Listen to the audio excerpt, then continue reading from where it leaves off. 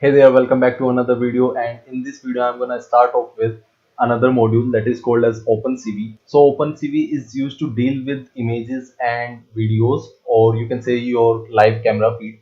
And in this video I'm gonna show you what OpenCV can do and what are the functions of OpenCV that you can use. So without wasting any more time, let's get into the video. So as you can see here CV means in OpenCV, CV means computer vision.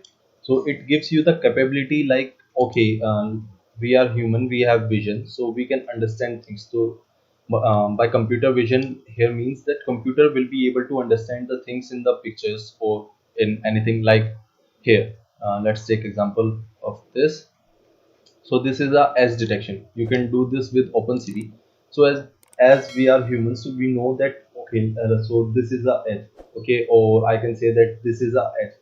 So we humans know that it is a edge. For us it is not a big deal. So similarly, OpenCV library can also detect edges like it is shown here. And how does it detect edges? Like, let me just, yeah. So as if you'll see, this is the kind of edge it is detecting. So it is detecting on the basis of the intensity of our what do you say, of the color of the images. So images is nothing but some pixel values, and those pixel values are numeric basically. So as there is a huge difference, so like this this area color must be near to 255, and this area color must be near to 0. So it knows that these both are different things, so that's why it is detecting as edge. So this is one of the things that OpenCV can do. Now like me, like or any other human, we can detect object shapes. Okay, like my monitor has a shape of rectangle, my camera lens has a shape of a circle. So similarly, OpenCV can also detect shapes.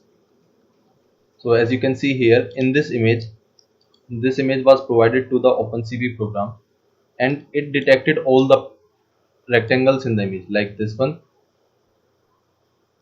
because for this is also a edge, and or this one like this, these, all of them. Now there are also some problems like these, but these are we can ignore them. It's not a big deal. Now let's move toward the third thing, that is feature and object detection. So like us humans, when we see a bird or when we see a car or when see any object, so at that point we always knew that, okay, like let me give you an example. So this is a bottle. So when I see it and when you saw it just now, so your brain clicked and you told like, okay, this was a bottle.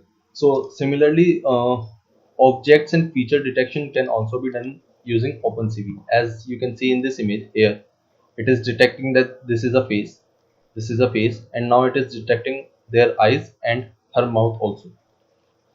Okay, so these are just three examples of what OpenCV can do, and you can literally do anything to your images, to your videos.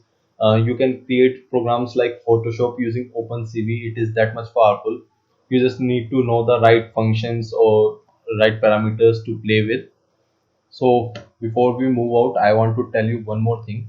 Like, this is a program using which I can store my face inside my computer, and I can use them for later purposes. Like I have used my face in a face detection or face recognition program.